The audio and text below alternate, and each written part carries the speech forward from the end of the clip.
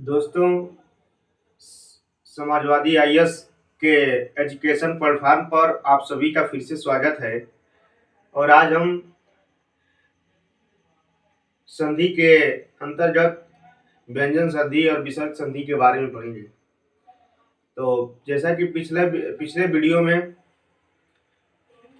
हमने स्वर संधि और उसके भेद के बारे में देखे थे, तो आज विसर्ग संधि और व्यंजन संधि के जो नियम है उन्हीं नियम के बारे में देखेंगे। तो आइए समझते हैं। देखिए, सबसे पहले हम बात कर लें व्यंजन संधि के अंतर्गत।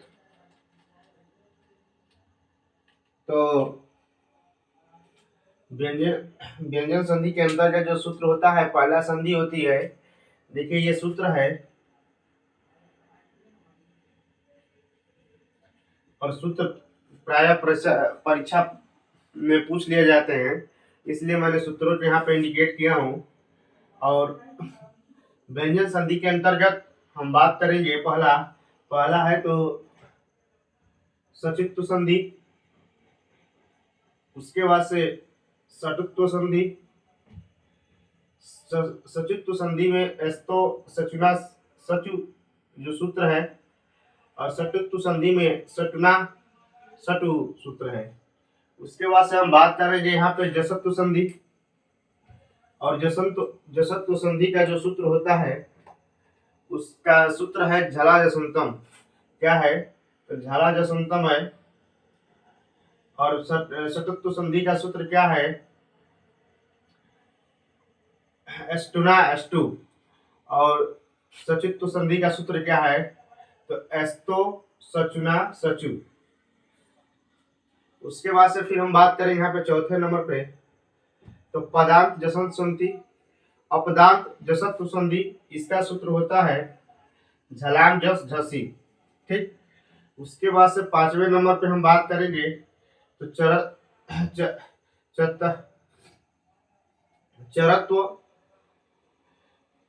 संधि, जिसका सूत्र होता है खरीच। उसके बाद से हम बात करेंगे अनुस्वार संधि, और अनुस्वार संधि का सूत्र होता है मो अनुस्वार।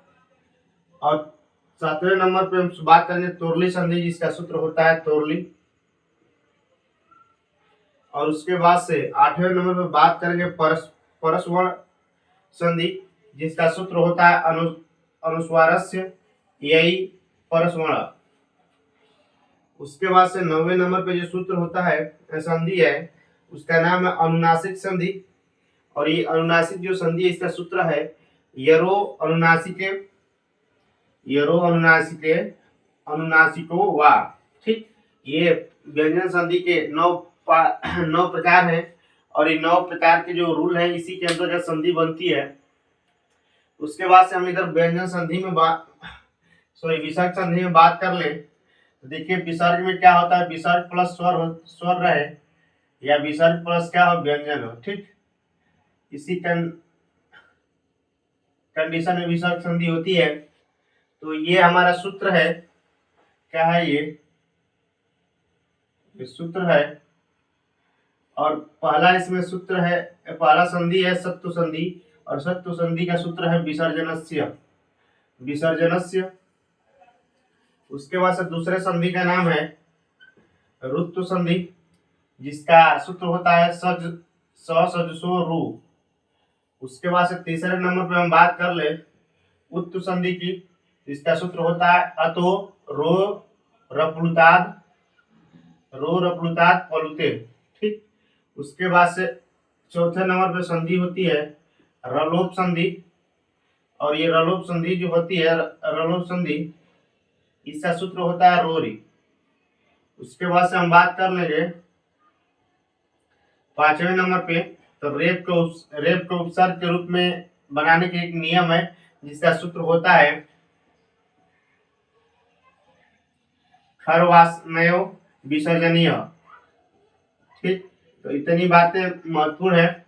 हम देख लेंगे कि व्यंजन संधि के अंतर्गत सचित्व संधि, सटुत्व संधि, जसत्व संधि, अपदांत जसत्व संधि, चरत्व संधि, अनुस्वार संधि, तोरली संधि, परस्वर्ण संधि, अनुनासिक संधि, उसके बाद से उधर विसर्ग संधि में देखेंगे तो सत्व संधि, रुत्व संधि, उत्तु संधि, रलोप संधि और रेप को विसर्ग का नियम है। ठीक, तो ये संधि इधर है, इस साइड दोनों के सूत्र है। ठीक, अब इसी के बारे में थोड़ा हम एक एक लाइन चर्चा कर लेंगे इसके कंसेप्ट के बारे में कि इसके कंसेप्ट क्या है, जिससे हम प्रश्न को आसानी से सॉल्व कर सके। तो आइए बात कर लेते हैं हम कंसेप्ट के बारे में। तो इसे हम मिटा दे रहे हैं।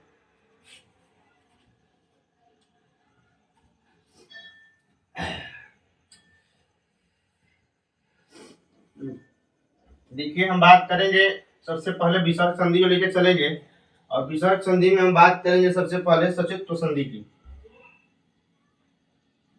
किसकी? तो सचित्व संधि की।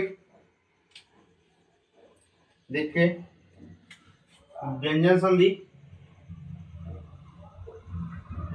और व्यंजन संधि के अंतर्गत क्या होता है,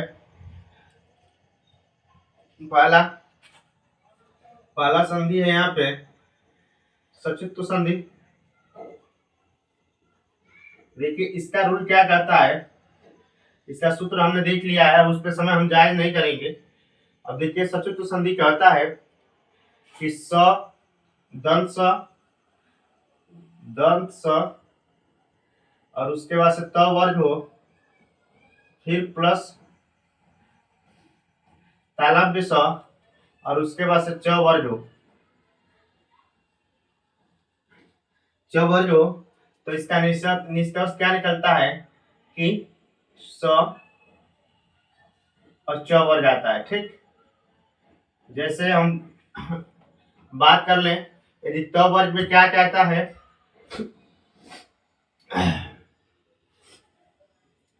त वर्ग में त थ द ध न आता है, च वर्ग में च छ ज झ यहाँ आता है। तो यहाँ पे क्या होगा, यदि यहाँ पे छोटा स रहता है दंत स और त रहता है यहाँ पे तालव्य स और च रहता है, तो यहाँ पे हमारा आदेश क्या हो जाएगा, तो ये आदेश हो जाता है स प्लस च वर्ग का आदेश हो जाता है। यही सूत्र है। जैसे मैं देखिए एक बता दे रहा हूं, तो यहाँ पे त वर्ग के अंतर्गत देखिए एक नियम को समझ लीजिए, उसके बाद इसी पैटर्न पे सब आधारित है। देखिए, यहाँ पे स त थ द ध न, यहाँ पे स हो जाएगा। उसके बाद से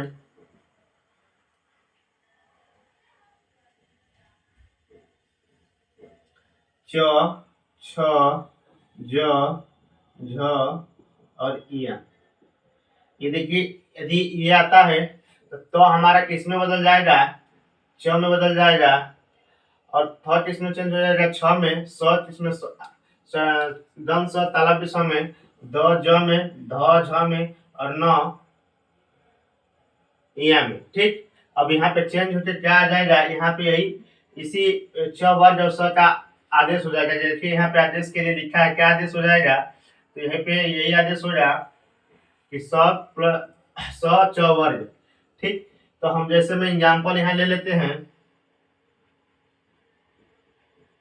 देखिए यहाँ पर एग्जाम्पल जैसे लिखते हैं कि सदजन, सद प्लस जन इसका क्या होगा, देखिए सद प्लस जन, तो हम देखेंगे कि ये स है, उसका लास्ट वाला वर्ण हम देखेंगे क्या है कि द है, और द किस में बदल रहा है हमारा, द यदि रहेगा तो उसके बाद से ये च वर्ग का वर्ण है, तो ये जो च वर्ग का वर्ण है और ये त वर्ग का वर्ण है, तो हम क्या हो जाता है, आदेश क्या हो जाता है, च वर्ग का आदेश हो जाता है। तो यहाँ पे द किस में चेंज हो जाएगा, यहाँ पे द जो है ज में चेंज हो जाएगा और प्लस में जन हो जाएगा। अब देखिए इसको हमको लिखना होगा सर, तो क्या लिखेंगे, सज्जन लिख देंगे, सज्जन। तो यही तरीका है संधि में कि यदि त वर्ग हो और उसके बाद से प्लस स और च वर्ग हो, तो आदेश क्या हो जाता है, स और च वर्ग का। ठीक, पहला संधि हो गया। दूसरे संधि की हम बात कर लेते हैं। तो सटुत्व संधि है, सटुत्व संधि, और इसके अंतर्गत हम बात करेंगे तो जो सूत्र होता है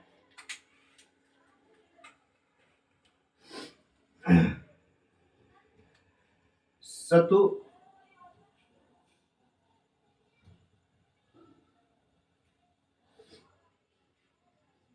सतु प्लस सटु, इसका इंटू क्या आदेश हो जाता है, सटु हो जाता है। अर्थात कहने का मतलब क्या है कि यदि यहाँ पे 100 हो, 100 और त वर्ग हो, क्या हो, 100 और त वर्ग हो, और 1 मिनट, यहाँ पे 100 और त वर्ग हो, और उसके बाद से यहाँ पे तालव्य 100, नहीं सॉरी मूर्धा 100 हो, मूर्धा 100 हो, और उसके बाद से ट वर्ग हो।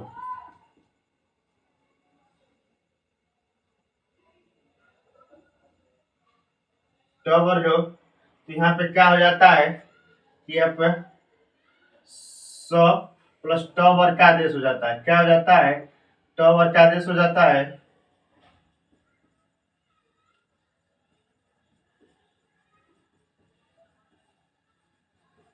यही ये सूत्र कहता है, देखिए इसको ध्यान से,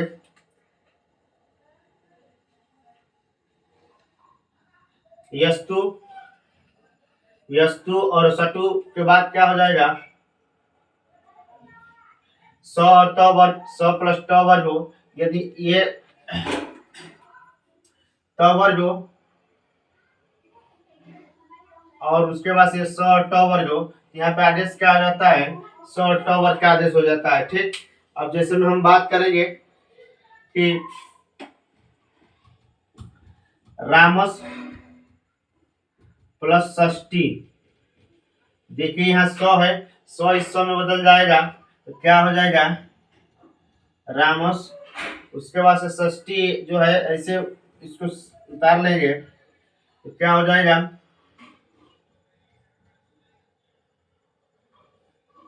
रामस्य षष्ठी।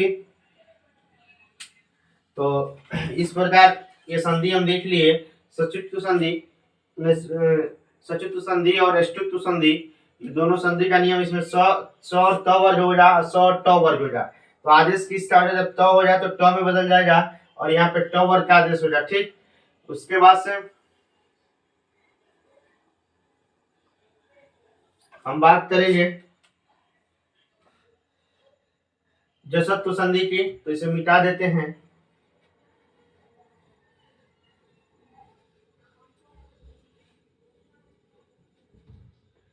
हम बात करेंगे जसत्व संधि की, तो जसत्व संधि में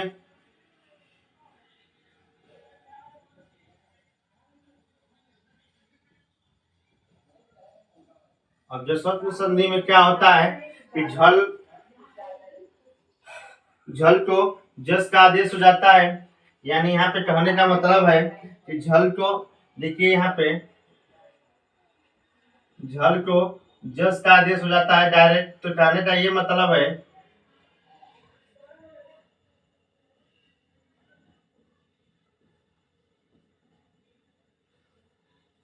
जस का आदेश हो जाता है, जैसे कहने का मतलब कि झल संधि है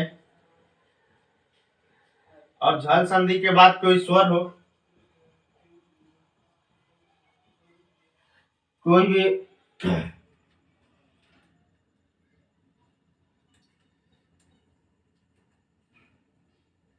देखिए हम बात करेंगे कोई भी स्वर हो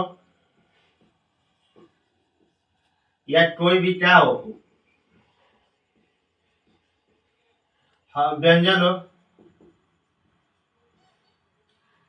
तो इस कंडीशन में यहाँ पे जस का आदेश हो जाएगा, क्या हो जाएगा, जस का आदेश हो जाता है।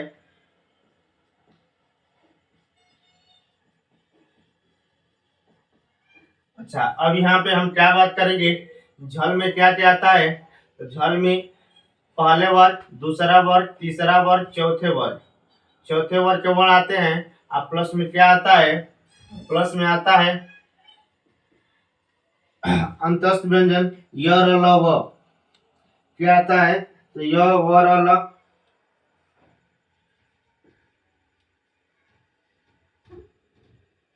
य व र और ल, ये आता है इसके अंतर्गत।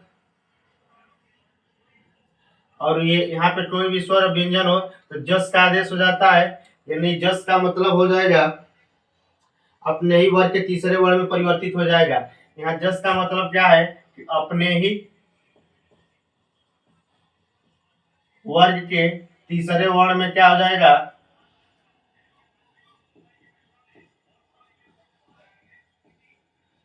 परिवर्तित हो जाएगा।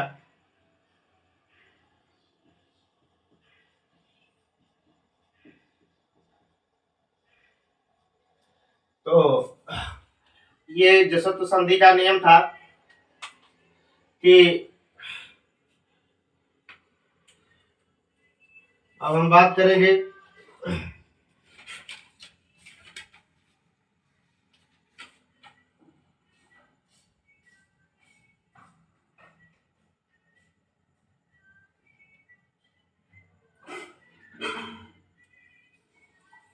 ये जस का मतलब यहाँ पे हम लिख लेंगे कि जस, जस का यानी जस के अंतर्गत क्या आता है, तो ज, तीसरा वर्ड क्या हो जाएगा, जब जड़ दस, सॉरी, ज ब ड, उसके बाद से ड,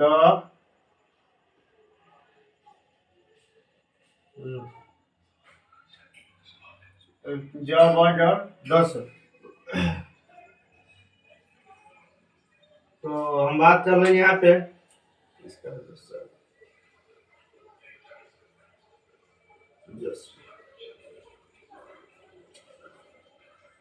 देखिए छूट रहा था। देखिए अब यहाँ पे हम बात कर लेंगे कि झल के बाद यदि कोई भी स्वर या व्यंजन आता है और झल के अंतर्गत कौन से वर्ण आते हैं, तो 1 2 3 4 वर्ग के वर्ण, और उसके बाद से यह और ल हो तो कोई भी स्वर हो तो जस का आदेश हो जाता है। जस का यानी जब जड़ दस, जब जड़ ड तीसरे वर्ग में परिवर्तित हो जाएगा, ज ब ड ड और द। फिर उसके बाद से हम बात करेंगे चौथे नंबर पर। चौथे नंबर पर है अपदांत जसत्व संधि।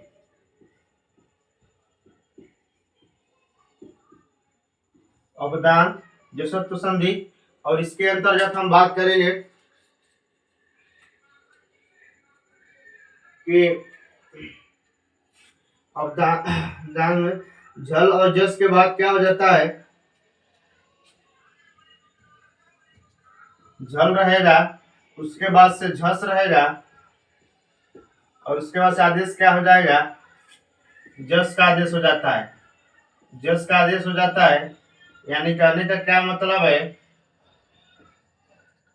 कि झल में हम समझ ही रहे थे क्या क्या है। ये झल में जो है, झल के अंतर्गत हम बताए थे 1 2 3 4 प्लस य व र ल है, और झस के अंतर्गत क्या है, तो तीसरा वर्ग चौथे वर्ग है, तीसरा और चौथा वर्ग के वर्ण है।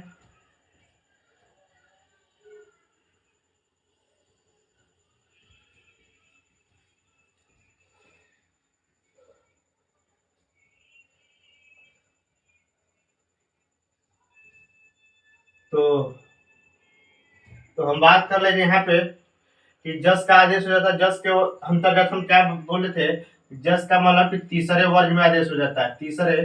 वर्ग में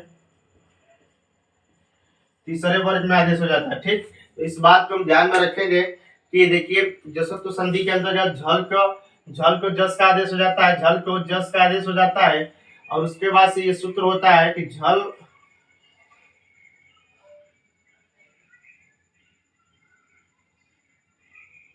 झल के बाद कोई स्वर है कोई व्यंजन हो तो जस आदेश हो जाता है। और ये अपने झल के अंतर्गत कोई भी 1 2 3 4 वर्ग के वर्ण आते हैं, य और ल, और अपने वर्ग के तीसरे वर्ग में परिवर्तित हो जाता है जब ड और द में।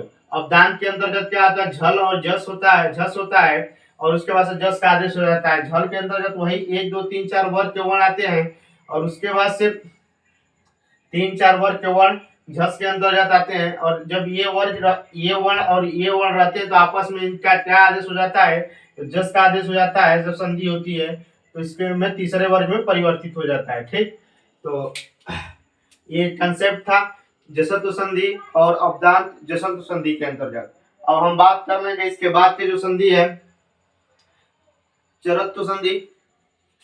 तो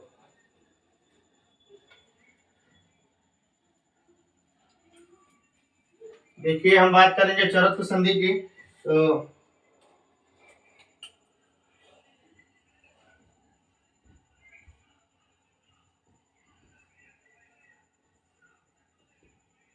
चरत्व संधि और चरत्व संधि के अंतर्गत हम बात करेंगे तो इसके इसके अंतर्गत झल और खर आता है। झल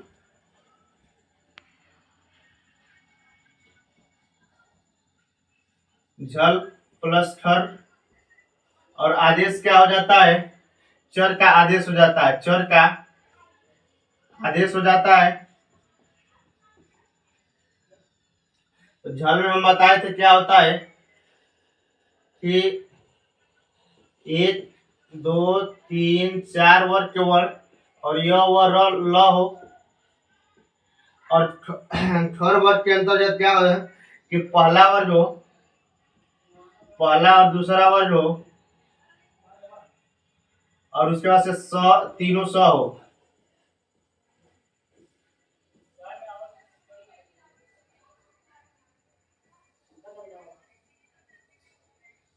तो देखिए ये हम बात कर लेंगे।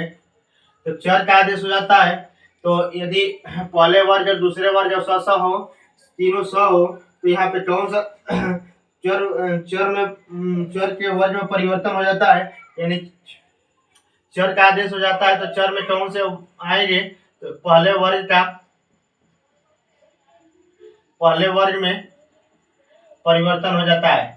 अब पहला वर्ग क्या है, तो पहला वर्ग का मतलब है क च ट त और प, इसी वर्ग में परिवर्तन हो जाता है। तो इसे हमको ध्यान से देखना है कि चरत्व संधि के साथ क्या हो,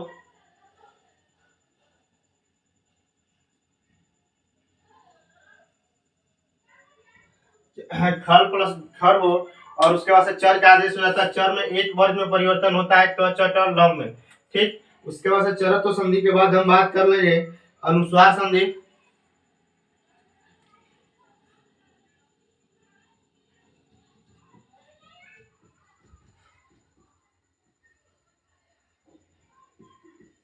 और अनुस्वार संधि के अंतर्गत हम देखेंगे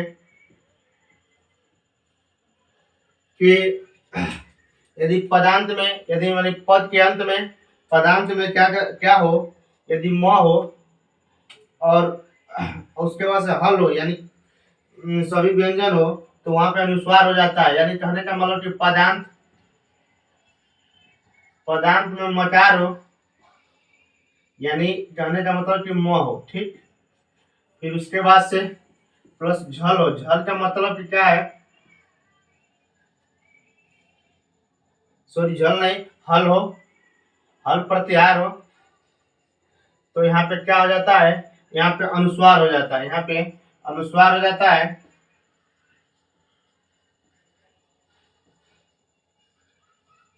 तो इस बात को ध्यान देंगे कि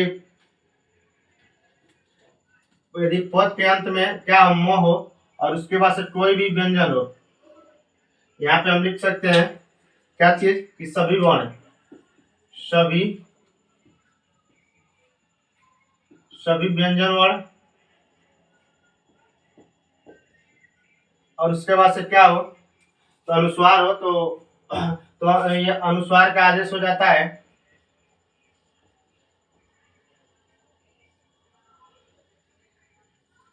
उसके बाद से हम बात करेंगे कि तुरली संधि।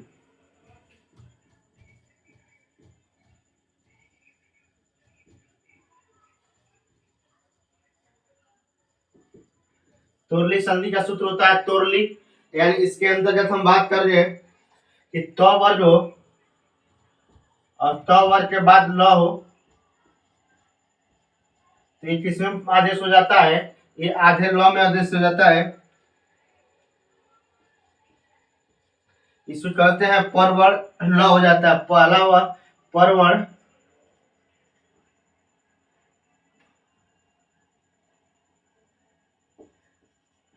परवर्ण ल हो जाता है।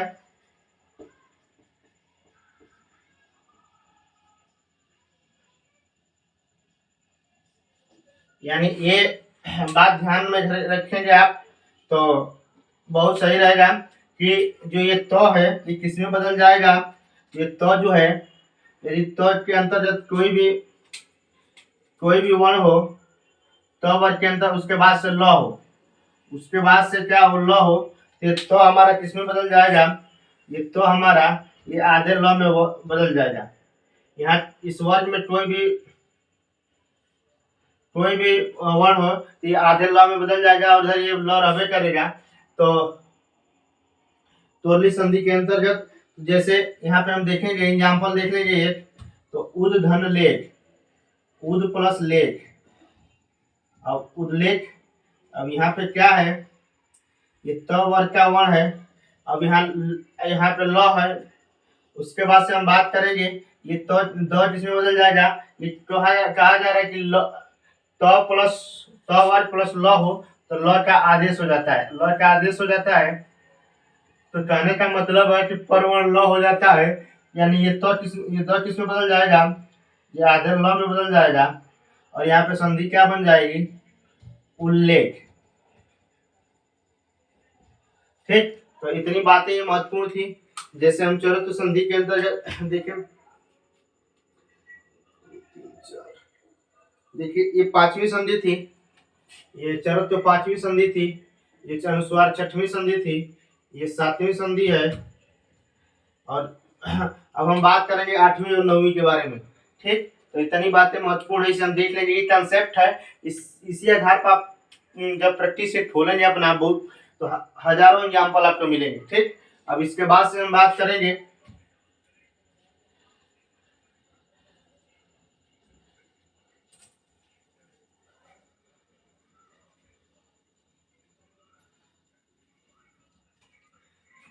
परस्वर्ण संधि। तो परस्वर्ण संधि में हम देखेंगे परस्वर्ण संधि, और इस संधि में हम बात करेंगे तो इसमें क्या होता है? इसमें पूर्व वर्ण जो है अनुस्वार होता है, पूर्व वर्ण क्या होता है? अनुस्वार होता है। और यहाँ पे पर वर्ण जो है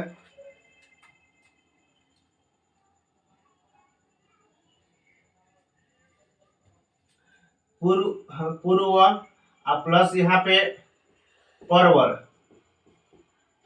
और पर वर्ण में हम यहाँ पे कौन सा प्रत्याहार रहेगा? य, यानी य के अंतर्गत क्या क्या आता है?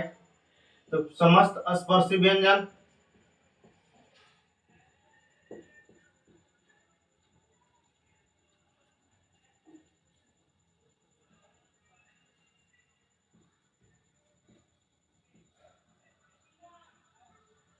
स्पर्शी व्यंजन।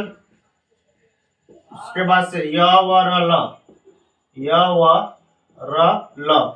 ठीक, उसके बाद से यहाँ पे क्या आगम आदेश हो जाता है? परस्वर्ण का आगम हो जाता है। परस्वर्ण किसे यहाँ पे आगम कर देंगे तो ये परस्वर्ण का मतलब यहाँ पे पंचम वर्ग, और पंचम वर्ग का आदेश हो जाएगा।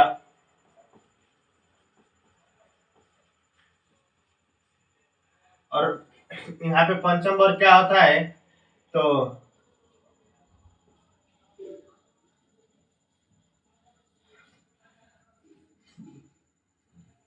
अंज होता है, उसके बाद से यह होता है, उसके बाद से अड़ और न और म होता है। ठीक, इसी में आदेश हो जाता है।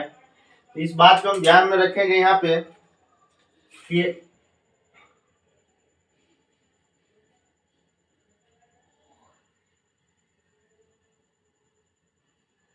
तो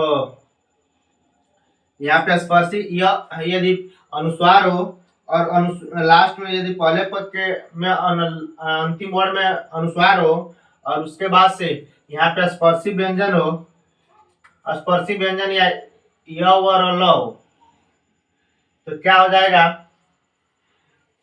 परस वर्ण में ये पांचवें वर्ग का आदेश हो जाएगा, पंचम वर्ग का। ठीक, उसके बाद से परस्पर वर्ण के बाद हम बात करेंगे अनुनासिक संधि।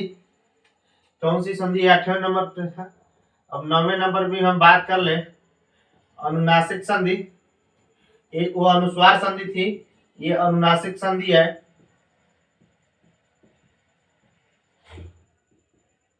और अनुनासिक संधि के अंतर्गत हम बात करेंगे तो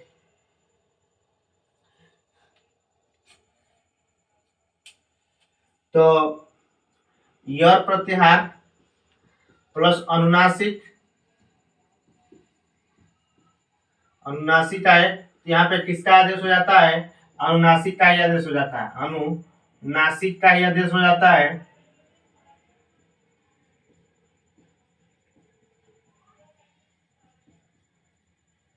यानी कहने का मतलब कि यही फार्मूला है यहाँ पे। यानी ये हम यर प्रत्याहार के अंतर्गत हम देखेंगे, यर प्रत्याहार के अंतर्गत क्या आता है, स्पर्शी व्यंजन,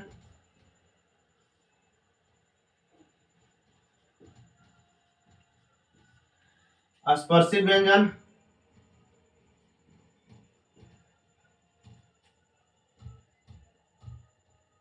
उसके बाद से य व र और ल,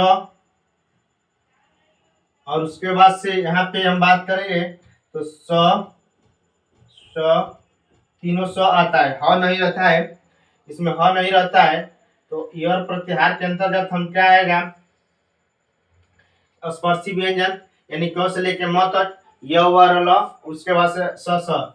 उसके बाद से हम बात करेंगे कि अनुनासिक व्यंजन के अंतर्गत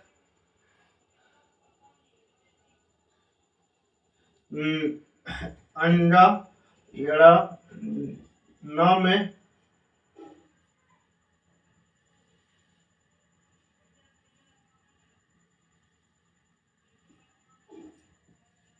न में से कोई अनुनासिक वर्ण आए, कोई अनुनासिक वर्ण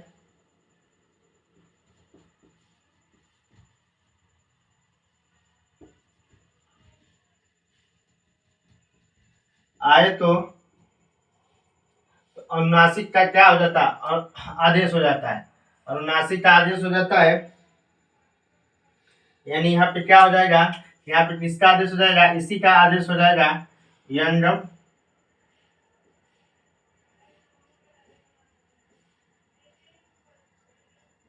इसी का आदेश हो जाता है। ठीक, इतनी बातें व्यंजन संधि के अंतर्गत महत्वपूर्ण थी। यर में स्पर्शी व्यंजन व र ल स आता है, और ये जब ये स्पर्शी व्यंजन या य व र ल स के बाद अनुनासिक व्यंजन हो तो ये अनुनासिक का आदेश ही हो जाता है। ठीक, तो ये हम देख लेंगे अब 3-4 संधि है व्यंजन विसर्ग संधि के बारे में, तो इसे मिटा देते हैं।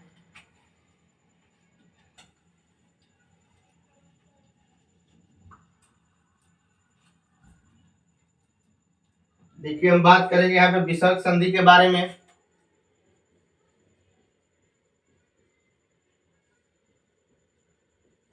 और विसर्ग संधि में सबसे पहली संधि है शत्रु संधि। कौन सी संधि है, शत्रु संधि।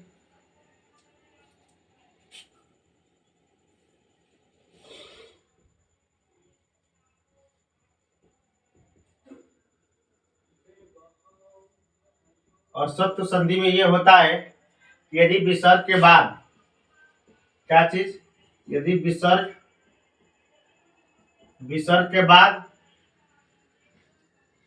यदि खर प्रत्याहार हो, खर प्रत्याहार का मतलब,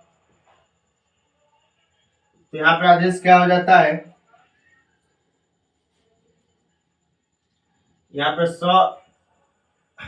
देखिए का आदेश तो होता है विसर्ग के स्थान पे, लेकिन यहाँ तीन चीजों विसर्ग भी होता है, यहाँ का आदेश हो जाता है, और उसके बाद से ये जो है, ये जो है ये मूर्धा स में बदल जाता है, ठीक ना। ये किस संधि से, तो फिर जो व्यंजन संधि में हम व्यंजन संधि में पढ़े हैं, चिसुत्व संधि, सचित्व संधि के अंतर्गत ये क्या स किसमें बदल जाता है, तो ये आदेश में बदल जाता है, ठीक। तो ये नियम कहता है कि सत्व संधि में यदि विसर्ग हो तो विसर्ग किसमें बदल जाता है, आधे स्व में परिवर्तित हो जाता है। लेकिन जब आधा स्व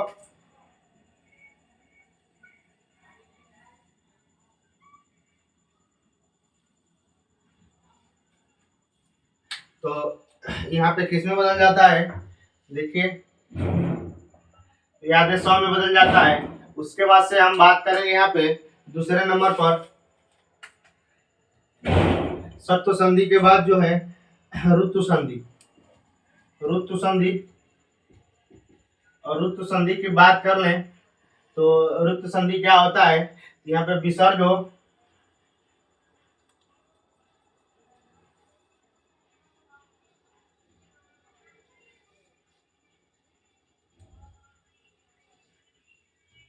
यहाँ पे विसर्ग ना हो और वहां पे क्या हो, देखिए विसर्ग से पहले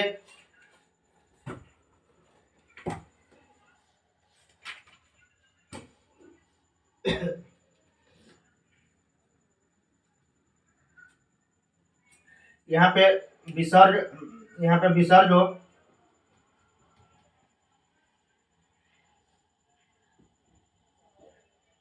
और विसर्ग से पहले ह्रस्व अ ना हो,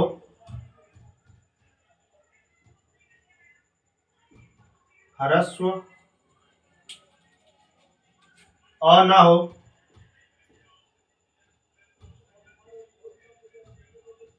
ह्रस्व अ नहीं हो, और उसके बाद से खर प्रत्याहार ना हो,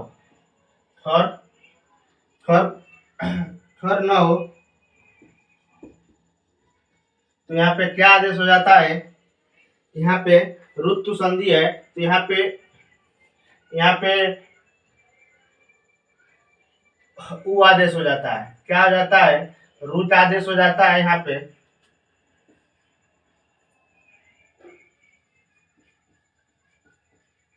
देखिए कैसे हम बता रहे हैं, ये विसर्ग संधि है, देखिए ये विसर्ग संधि है, ये नियम है पहले ऋतु संधि का, ह्रस्व अ नहीं हो विसर्ग से पहले और इसके बाद जो ठर न हो, तो यहाँ पे विसर्ग के बदले क्या रुट आदेश हो जाता है। कैसे होता है हम पहले देखेंगे। ये जो विसर्ग है ये पहले बदलेगा स में और स में बदलेगा और स के बदले ये क्या हो जाएगा, ये रू में बदल जाएगा।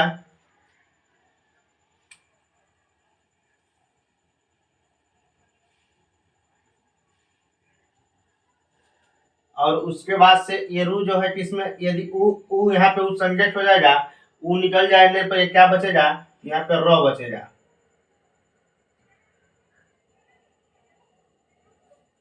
तो देखिए इसी र को हम क्या बोलते हैं, इसी हम र को बोलते हैं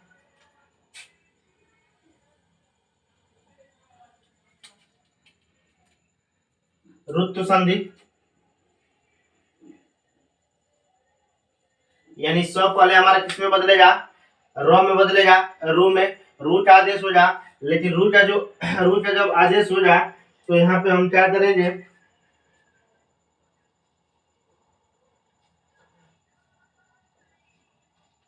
तो रू का आदेश हो जा और रू में उ जो है इस संज्ञक हो जाएगा। यहाँ पे क्या हो जाएगा ई, तो इस संज्ञक हो जाएगा, यहाँ पे उ कर देंगे हम रू प्लस ई जो है रू प्लस ऊ यानी रू जो है, तो ये इस संज्ञक हो जाएगा यानी समाप्त हो जाएगा। और यहाँ पे संधि के तौर पे क्या हो जाएगा, आधा र यूज हो जाएगा, ठीक ना। तो इतनी बातें महत्वपूर्ण थी। सत्व संधि में विसर्ग विसर्ग किसमें दंत स में परिवर्तित हो जाए, उसके बाद से मूर्धा स में। यहाँ पे स पर आदेश हो जाए, लेकिन स के बाद जो अच्युत संधि है, सचित्व संधि है, सचित्व संधि के वजह से ये छोटा सा ये मूर्धा स में बदल जाएगा। उसके बाद से रत्व संधि है। रत्व संधि में यदि विसर्ग के पहले अ न हो और उसके बाद खर पर न हो, खर के मतलब कि पहला वर्ग, दूसरा वर्ग और स ठीक, तीनों स, तो रू का आदेश हो जाता है। विसर्ग में विसर्ग से स बनेगा, स से रू बन जाएगा, और रू जो है, वो रू में जो ऊ है वही संज्ञक बन है, और वो रू ऊ को हटा दिया जाएगा, यहाँ पे आधा र बच जाएगा, और यही र हमारा क्या कहलाता है, ऋतु संधि कहलाता है।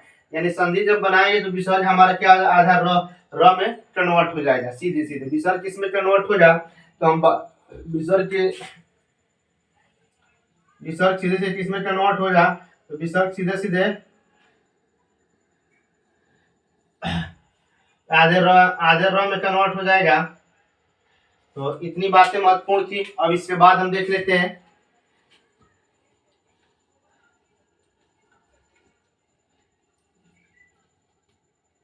रलोप संधि। रलोप संधि नहीं, उत्तु संधि।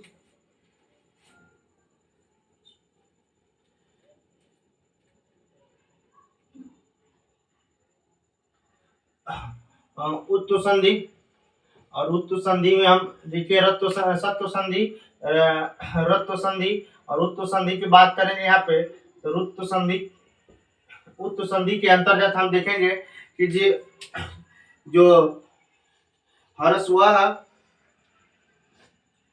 यदि ह्रस्व अ हो, ह्रस्व अ दिया हो, प्लस में विसर्ग हो, और प्लस में क्या हो, ह्रस्व विसर्ग, उसके बाद से फिर ह्रस्व अ हो,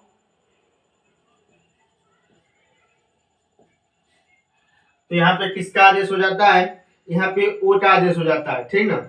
यहाँ पे किसका आदेश हो जाता है, तो यहाँ पे ओ का आदेश हो जाता है।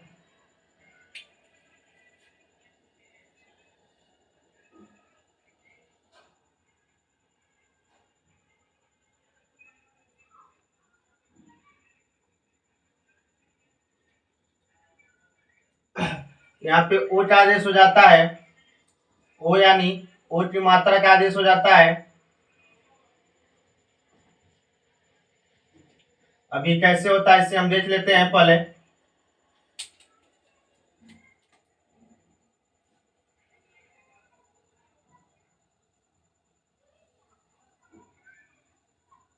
देखिए ये विसर्ग संधि है, और ये जो विसर्ग संधि है ये किस में बदलेगा, ये आधे स में बदलेगा, और आधा स जो कन्वर्ट हो जाए वो सूत्र के अनुसार फिर ये किस में चेंज हो जाएगा, रू में आधा चेंज हो जाएगा। और यहाँ से रू जब निकलेगा तो यहाँ यहाँ क्या बचेगा, र बचेगा आधा, और जब ये र बचेगा तो यहाँ पे क्या हो जाएगा हमारा,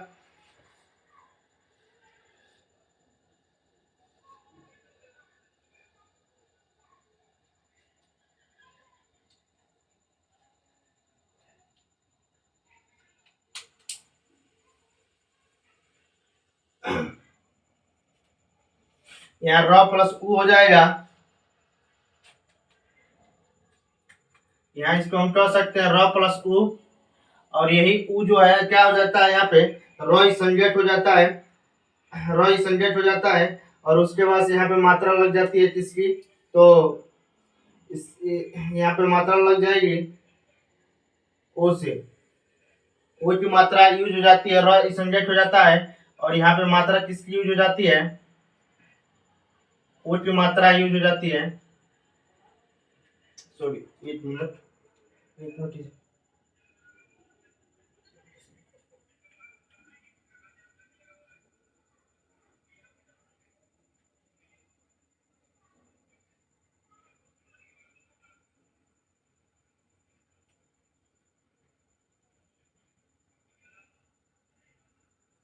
देखिए ये होता जरूर है, लेकिन यहाँ र से ही ओ बन जाता है, यहाँ रो के द्वारा ही उ का निर्माण हो जाता है, और यहाँ पे मात्रा का, और यही हमारा संधि हो जाती है। क्या चीज, तो यहाँ पे इतनी बात हम ध्यान में रखेंगे। उत्तु संधि में क्या हो जाएगा, डायरेक्ट यहाँ से यहाँ तक यह विसर्ग किसमें बदल जाएगा, ये जो विसर्ग है, ये जो विसर्ग है वो विसर्ग किसमें बदल जाएगा,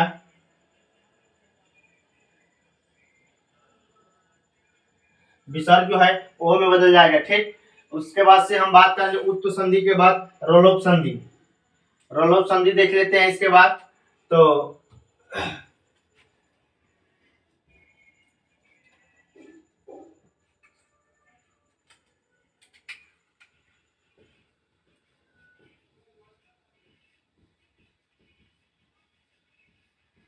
और रोलोप संधि में जो है हम बात करेंगे, यदि र के बाद भी रो आए और इसके पूर्व में, तो र के बाद यदि रो आए, तो यदि र के बाद यदि र आए तो पूर्व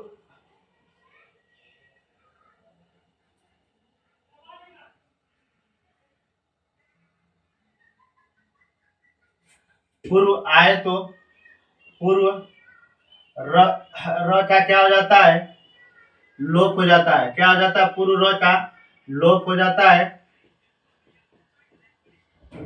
तो यहाँ पे हम बात कर लेंगे कि यदि र के बाद, ये नियम है, यदि र के बाद यदि क्या आ जाए, यदि र के बाद यदि फिर आए, यदि र के बाद फिर र आए, तो पूर्व र का क्या हो जाता है, तो लोप हो जाता है। क्या हो जाता है, पूर्व रोप का र का लोप हो जाता है। इसके बाद से हम बात कर ले यहाँ पे रलोप संधि के बाद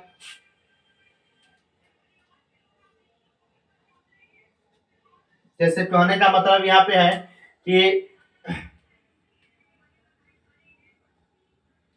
देखिए, यहाँ समझ लीजिए इसको, यदि यहाँ पे विसर्ग दिया हो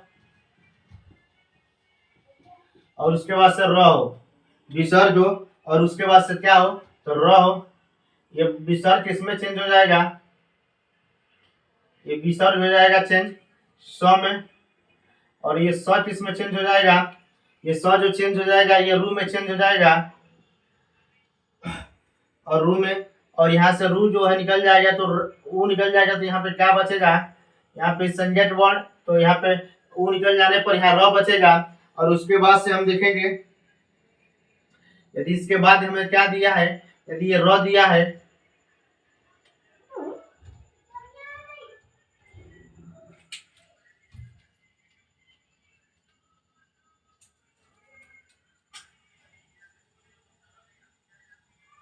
तो इस वर्ण का क्या हो जाता है, तो यहाँ पे जो वर्ण है इसी का क्या हो जाता है, तो लोप हो जाता है। पहले र का क्या हो जाता है, लोप हो जाता है। ये क्या आ गया, रलोप संधि। ये चौथी संधि है, चौथी नंबर पे संधि है। तो विसर्ग, यदि विसर्ग हो र के बाद यदि र आए तो पूर्व र का लोप हो जाता है, यानी कहने कि विसर्ग हो तो विसर्ग स में बदलेगा, स रू में हो जाएगा, रू र में, और र के बाद ये फिर र दिया हो तो ये पहले वाले र का क्या हो जाता है, लोप हो जाता है। अब इसके बाद हम लास्ट बात कर लेंगे रेप को विसर्ग बनाने के लिए। तो पांचवी संधि में हम देख लेंगे कि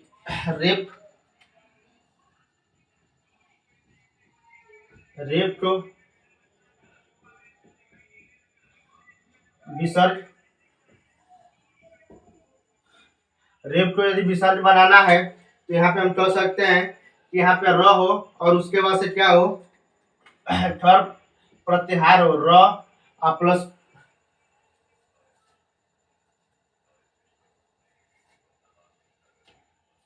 र प्लस ठर प्रत्याहार हो, यहाँ पे क्या हो जाएगा, विसर्ग हो जाएगा,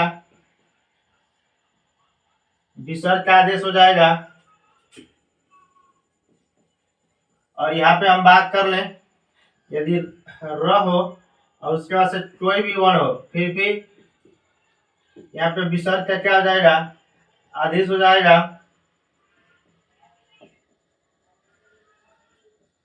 तो हम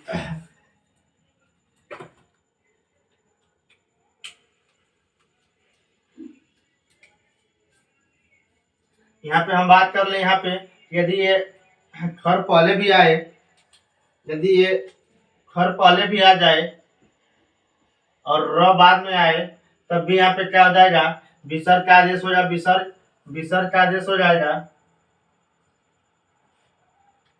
तो ये रूल जो है रेप को विसर्ग के रूल जो इम्पोर्टेंट है, जैसे कहने का मतलब क्या, एग्जाम्पल हम देख लेंगे। तो एग्जाम्पल के तौर पे हम बात कर लेंगे, राम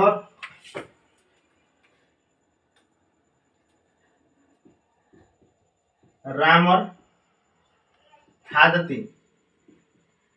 अब देखिए ये जो र है और र के बाद ये ख प्रतिहार का वर्ण है, तो यहाँ पे र जो है बदल जाएगा, किसमें, विसर्ग में चेंज हो जाएगा।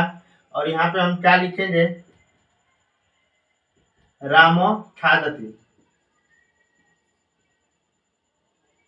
राम खादती।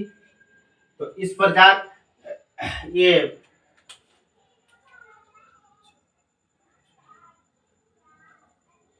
पांचवी संधि थी, इस प्रकार 5वें नंबर की संधि थी। तो हमने विसर्ग संधि और व्यंजन संधि के जितने भी महत्वपूर्ण कंसेप्ट थे, उन कंसेप्ट के बारे में चर्चा की है। और इससे आसान आपको बहुत कम देखने को मिलेगा। तो इसे एक बार सरसरी निगाह से आप यदि रिवीजन कर लेते हैं, तो इसके आधार पे आप संधि के प्रश्नों को आसानी से हल कर लेंगे। तो आज के वीडियो में इतना ही हम रहने देते हैं। अब जो नेक्स्ट है उसको नेक्स्ट वीडियो में पढ़ेंगे। तो धन्यवाद।